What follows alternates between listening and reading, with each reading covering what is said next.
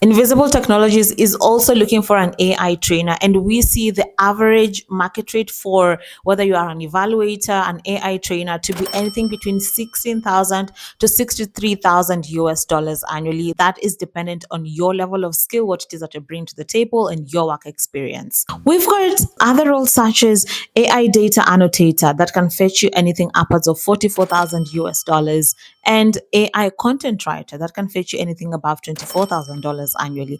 So we say all this to mean that the future of AI is actually quite bright.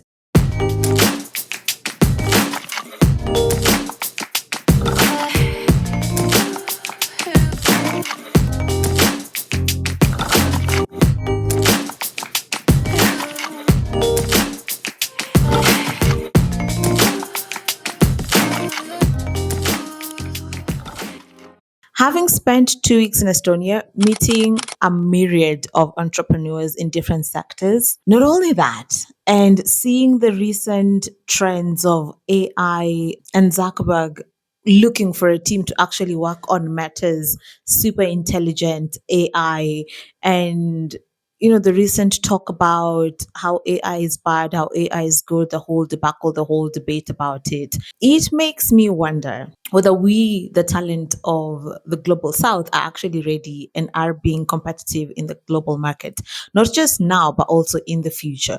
I can tell you that companies in the global north are actually implementing, and they're being very intentional about implementing AI in their day to day. So that only makes me wonder if we are not following suit, because perhaps our processes or our procedures, I don't know why companies are not actually implementing AI in the global south as fast as it seems to be implemented in the global north.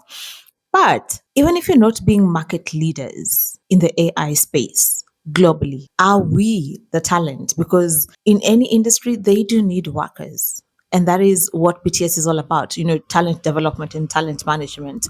Are we the talent of global south, in the global south, that is looking to be competitive in the global market? Are we actually being competitive enough or not? And that is what I want us to talk about today, and also talk about which areas in terms of AI can we actually plug in, because we don't all have to be software engineers or computer scientists or data scientists to be able to use AI and to be able to be competitive in the AI space. Now, before we get into that, right, if you enjoy the video that we actually shoot every single week, I would want you to give us a thumbs up, comment down below, and subscribe, and hit the subscribe button, because that is your way of communicating feedback that you quite enjoy these videos and you find them to be helpful. So let's go back to AI. Now, we've had the stories about AI being bad, AI being good, yet we also hear that AI is coming to take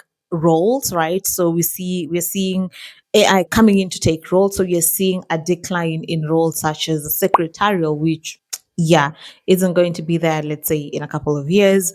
We are seeing a decline in like data clerk or data entry roles, because now with AI that can be done, right? So the people who kept their jobs are people or data analysts who are able to crunch big datas and are able to analyze like big data, right?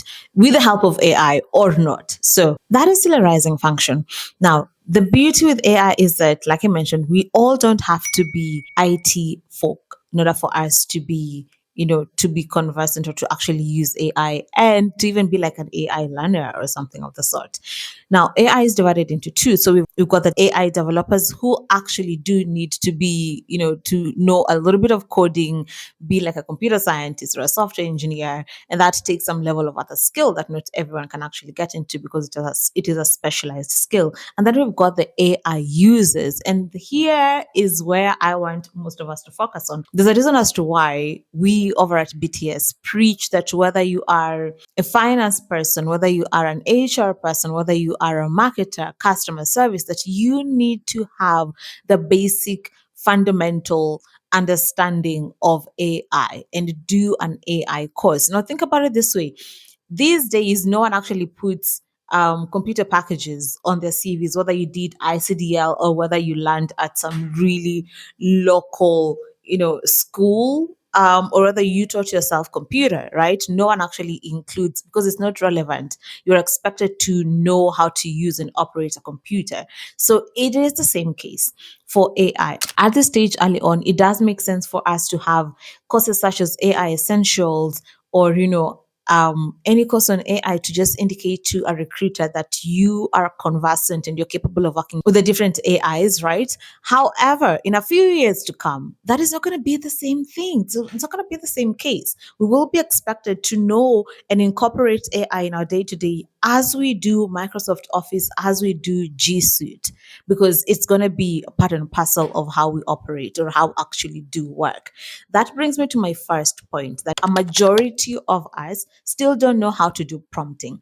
And we've seen prompt engineers, the title prompt engineers, coming up, I think, for about what, 3 or 4 years now. We've been seeing loads of, prompt engineer roles coming up. And here's a special thing about being a prompt engineer is that you don't actually need coding to be a prompt engineer. Basically, being a prompt engineer technically means that you are talking to the AI, you are talking to the system. So it is, how are you talking to the system to make sure that you're getting the most out of the system? There's a difference between a generic prompt and a super specific prompt, because a generic prompt is going to give you a generic answer, which equals trash. A super specific prompt is going to give you a super specific answer, which is value adding. Now, prompt engineers in the job market at the moment earn anything above 85,000 US dollars annually. So if you're confident in your capabilities about prompting, perhaps you want to try that opportunity, prompt engineer. The second opportunity that I want to talk about is basically AI tools integration. Now, we've been seeing, AI characters coming up and AI agents as well coming up. We've also been seeing AI workflow consultant roles coming up. And the beauty with this is that I feel as a project manager, you can be an AI workflow consultant simply because what they do is to look at the different AIs. And because there's a particular AI that is good in data analytics, there's one that is good in visualization, there's one that is good with decks, and then there's one that is good in just making inferences. So then how do you make sure that all these AIs speak into each other to bring one solid workflow? That is basically, in a very simplified version, the work of an AI workflow consultant. There's no coding required for this particular role. What you're focusing on is how do the AI speak or talk to each other to make sure that, again, you're getting the best out of all the different AIs. So, case in point, we've got an AI workflow consultant role that I want us to go through it, and for you to understand what exactly one would be looking for or one should be on the lookout for if they want to get into this space. So this particular role is an AI workflow strategist for a marketing team, and what they're looking for is familiarity with A/B testing. If you're able to auto-generate KPI dashboards and coverage reports, you're able to integrate media monitoring tools with Google Sheets or dashboards, you're able to build client research automations, you're able to design social calendar automation with AI generated captions, work on SOP documentation for internal and both external use. What they're looking for in a candidate is someone with experience in automation tools such as Zapier or Make or Airtable or even Notion. If you're proficient in ChatGPT 4 and you're good in AI prompt engineering, you're able to translate business goals into technical skills, into technical solutions rather. Bonus, if you have worked in marketing, media, or even PR, you are a strong communicator with a systems thinking mindset, and you've got strong English speaking skills. So this is the beauty of AI workflow. Remember, I said I feel like project managers would be able to do really great at this because project managers manage projects from end to end and, work on project delivery. So if you're able to kind of understand the business as a whole, or even being a business operations specialist, then you can definitely work really well as an AI workflow consultant. The other role that we're seeing coming up is AI data analyst. And I would like to say that you can be a data analyst, you can be a marketing data analyst, a customer service data analyst, a sales data analyst, a business analyst. And if you're able to incorporate AI in your day to days, then you have won the jackpot, because right now it is all about crunching the big data. So if you're a data analyst, or if you're a data clerk, you're a data scientist, then you want to think around the lines of how can I then be using AI to better improve my work, to make it faster, to make it more efficient. The other roles that don't require any coding or any specialized IT skill would be an AI learner. Remember when we started, we said there are two types of stakeholders when we're talking AI. There are the developers and then there are the users. So the AI learner falls under AI users. The role of an AI learner in most companies is going to be training the AI as well as doing quality checks so as to ensure that the AI doesn't share any harmful, dangerous, or toxic content to the AI users. So for this particular role, you're not going to need any coding or any IT background courses or any IT background skills.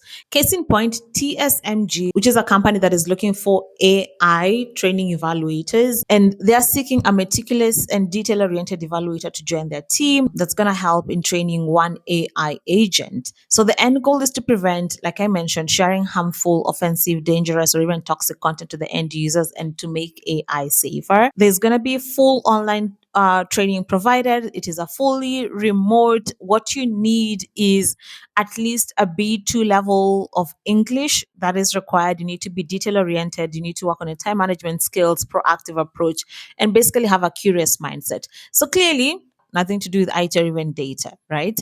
So part of what you'll be doing is to evaluate the replies of the AI agent according to the provided guidelines. You'll also be required to compare the responses overall by determining which response is better in general, by how much, and then giving each response an absolute overall rating. So that's what you're going to be doing. Invisible Technologies is also looking for an AI trainer, and we see the average market rate for whether you are an evaluator, an AI trainer, to be anything between 16,000 to 63,000 US dollars annually. That is dependent on your level of skill, what it is that you bring to the table, and your work experience. We've got other roles such as AI data annotator that can fetch you anything upwards of 44,000 US dollars, and AI content writer that can fetch you anything above $24,000 annually. So we say all this to mean that the future of AI is actually quite bright. And whereas the people in the global north are getting prepared and getting ready for the job market, we over the global south shouldn't be left behind. So let us work on this. Let us future proof our career and, incorporate AI in our day to day. And if we can start by learning right now with each and every person, 2 years or 3 years down the line, we are going to be as competitive as they are or even better. So let us future proof our careers. If you enjoyed this video, give us a thumbs up. And I guess I will see you guys next week. Bye.